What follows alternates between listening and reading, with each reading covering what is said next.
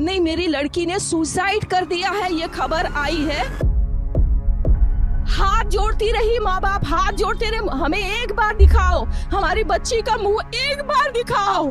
हमको नहीं दिखाया गया। But the horrific Kolkata rape and murder of a junior doctor was found dead inside a government-run medical college and hospital's seminar hall in Kolkata. बच्ची का शरीर में कोई कपड़ा नहीं था, पैर दोनों राइट एंगल में मिला गया।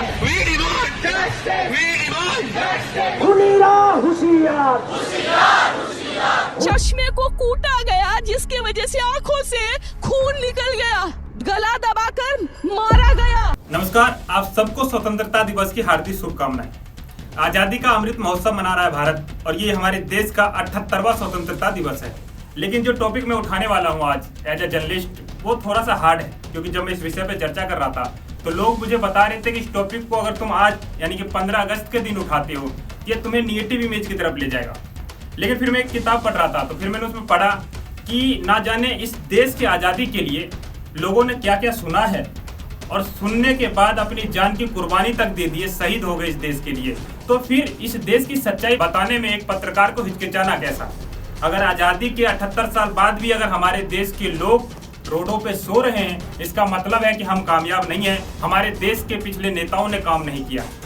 अगर वो काम किया भी है तो उस काम में चोरी सदा हुई है, हमेशा हुई है। इस गद्दी पे बैठे हुए सभी नेताओं ने चोरी किया है, इससे हम बच नहीं सकते। करप्शन हमारे देश में सबसे ज्यादा है और ये तो छोड़िए, करप्शन चलता रहेगा, ये नेता आएंगे जाएंगे अपनी गद्दी के लालच में, ना जाने ये क्या क्या करेंगे। लेकिन आज़ादी के 78 साल बाद भी हमारे देश में एक बेटी आज़ाद है क्या? क्या वो आज़ादी से जी पा रही है क्या? एक लड़की वो रात में निकलने से पहले समझ पाती है कि मैं आज़ाद हूँ, लड़कों की तरह जाऊंगी तो आराम से आ जाऊंगी?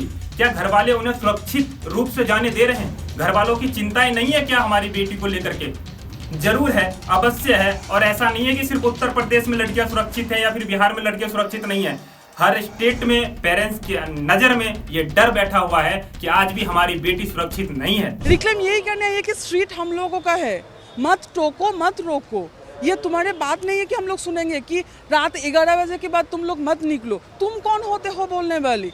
इसीलिए बोल रही हो ना कि हम लोगों के पास बजाइना है, तो बजाइने की वजह से मत डराओ हम लोगों को। हम लोग डरते नहीं है। लाखों लड़कियां सामने आएगी, लाखों महिलाएं सामने आएगी, लाखों ट्रांसजेंडर का जो आदमी लोग है, जो पीपल है, वो लोग सामने आएंगे। किसको किसको रेप करेंगे? आइए, रास्ता हमारा है। अगर चाहे तो 11:30 क्या 12 क्या, हम लोग 365 दिन रात में रास्ता में रहेंगे। आपको अगर कुछ करना है तो कर लीजिए। मैं जब से छोटी थी तब से हमको ये सुनाया जाता है कि रात को आप अकेले नहीं निकल सकते हो, आपको इधर किसी के साथ जाना है, बट आप अकेले नहीं जा सकते हो।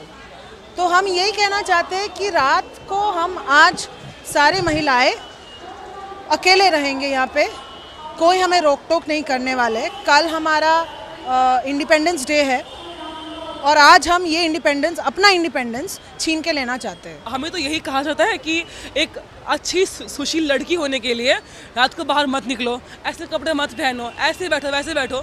तो हमें ये कोई पुरुष अलग से क्यों बोल देगा? ये एक कंसर्न से नहीं आता, ये आता है एक ब्लेम करने के इंटेंशन से, है ना, कि तुम्हारी गलती, कुछ हो जाए तो तुम्हारी गलती है।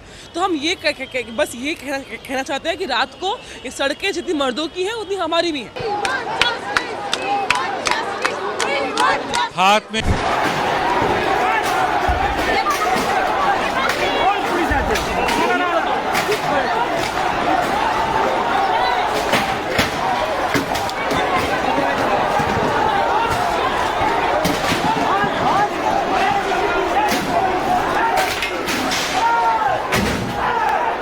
बंगाल में जो उस बेटी के साथ हुआ, उस पर देखा अपने विपक्षी नेताओं के ट्वीट, जरा उठा करके देखिएगा। ऐसा लगता है कि तमाम विपक्षी नेता गुडी गुडी पॉलिटिक्स खेल रहे हैं आपस में। अगर किसी विपक्षी के राज्य में हो जाए तो ये दबा करके क्वेश्चन नहीं पूछते, लेकिन भारतीय जनता पार्टी की जहाँ पे सरकार है वहां पे छोटी सी भी घटना होती है तो ये विपक्षी बनकर को भरते हैं, जो कि अच्छी बात है। लेकिन उस राज्य में क्या, जब बंगाल में इतनी बड़ी घटना हो गई कि आंखों से और मुंह से खून निकल गया और परिजन जब मिलने गए तो घंटों मिलने नहीं दिया गया। सारे बंगाल नहीं, सारे देश इस पर आंदोलित है, सारे देश की रोष उभर रहे हैं।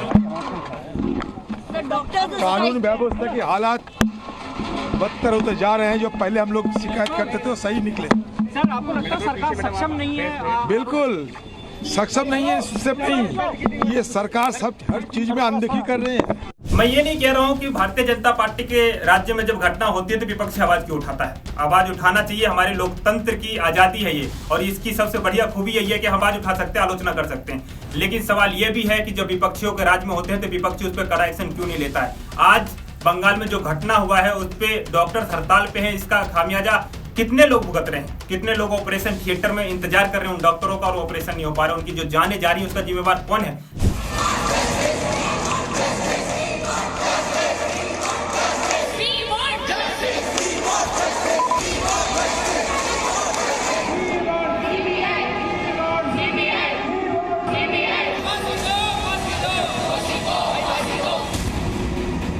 इंस्टाग्राम पे मैंने पोस्ट देखा था, उसमें लिखा था कि पता नहीं ये मोमबत्ती थमाना हमें किसने सिखा दिया, महिलाओं के सम्मान में तो महाभारत और लंका दहन किया करते थे हम लोग। लेकिन आज क्या हो गया, संविधान ने क्या इसको बांध रखा है क्या?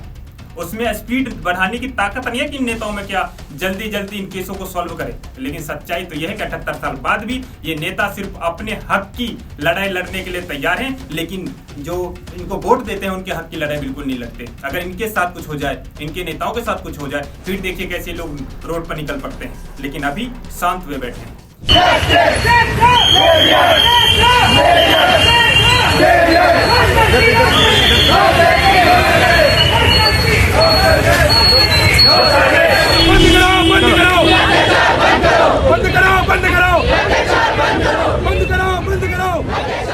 और कन्नौज में जो हुआ उस पर अखिलेश यादव ने क्या किया, बाकायदा विपक्षी नेताओं ने ये कह दिया कि जो 15 साल की लड़की जिसने ये साहस किया था कि मेरे साथ रेप हुआ है, पुलिस को फोन किया और उसको बताया कि मेरे साथ ऐसा हुआ है, तो पुलिस वाले आए उसको पकड़े। उस पर विपक्षी नेता क्या कहते हैं कि उसका टेस्ट होना चाहिए। वो रात में कहाँ नौकरी लेने के लिए गई, और 15 साल की बच्ची भला क्या नौकरी चाहिए, तो नाबालिग है। नवाब सिंह समाजवादी पार्टी के पुराने नेता हैं और अभी मैंने वहाँ के एसएसपी की बाइट सुनी इस पर। कौन सी नौकरी थी जो 15 साल की बच्ची जो है वो रात में उनसे मांगने गई थी। समाजवादी पार्टी के जिलाध्यक्ष कन्नौज का पत्र आ चुका है, वो हमारी पार्टी से निष्कासित है। उनके कई चित्र भी आए हैं जिसमें वो सुब्रत पाठक के साथ और उनके परिवार के लोग असीम अरुण जी के साथ भी खड़े हैं जो मंत्री हैं। साथ ही अभी जिला प्रशासन ने उनको अच्छे बिहेवियर के लिए शायद सम्मान भी दिया था, वो भी चित्र आ चुके हैं। तो समाजवादी पार्टी का उनसे कोई लेना देना नहीं है। अगर किसी ने आरोप लगाए हैं तो ठोस सबूत के साथ कार्रवाई तुरंत होनी चाहिए और मापदंड एक होना चाहिए। थोड़ा अध्ययन करना चाहिए कि भारत में 10 साल के बच्चे भी काम कर रहे हैं अपने पेट भरने के लिए, क्योंकि इस देश के नेताओं ने कोई काम नहीं किया तो उन्हें खून पसीने से कमाई से इस देश की अर्थव्यवस्था सुधारनी पड़ रही है।